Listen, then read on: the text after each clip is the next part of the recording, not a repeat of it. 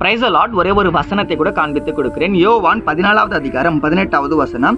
நான் உங்களை திக்கற்றலாய் விடேன், உங்களிடத்தில் வருவேன். இன்னைக்கு ஆண்டவர் நம்மளை பார்த்து சொல்றாருங்க, மகனே மகளே, நான் உங்களை திக்கற்ற பிள்ளைகளா விட மாட்டேன்னு சொல்றாருங்க ஏசப்பா. திக்கற்ற பிள்ளைகள் அப்படின்னா இங்கிலீஷ்ல பாத்தீங்கன்னா நான் உங்களை அனாதையை விட்டுற மாட்டேன்னு தான் அதுக்கான அர்த்தம். அதாவது ஏசப்பா நம்மள அனாதையா அம்போன்னு விட்டுற மாட்டாராமா, நம்ம கூட ஏசப்பா இருப்பாராம், நமக்காக ஏசப்பா மறுபடியும் இந்த உலகத்துக்கு வரப்போறன்னு சொல்லி இன்னைக்கு ஆண்டவர் உங்களை பார்த்தாங்க சொல்றாரு.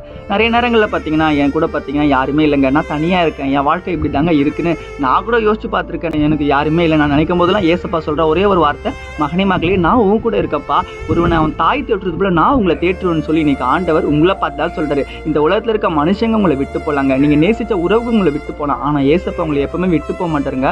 வசனத்திலே சொல்றாரு, இதோ உலகத்தின் முடிவு பரியந்தம் சகல நாட்டிலும் நான் உங்களோட கூட இருக்கேன்ட்டு. அப்ப ஏசப்பா நம்ம கூட இருக்கும்போது நமக்கு யாருமே இல்லைன்னு சொல்லி நம்ம வருத்தப்பட்டு அழலாமா? உங்க வாழ்க்கையை மாத்த, உங்க பிரச்சனையை மாத்த ஏசப்பா உங்க கூட தான் இருக்காரு. விசுவாசத்தோட இருங்க, எல்லாமே மாறுங்க. விசுவாசிக்கிறீங்கன்னா ஆமீன் போட்டுக்கோங்க. இதே போல வசனங்களுக்கு ஃபாலோ பண்ணிக்கோங்க. God bless you. ஆமென்.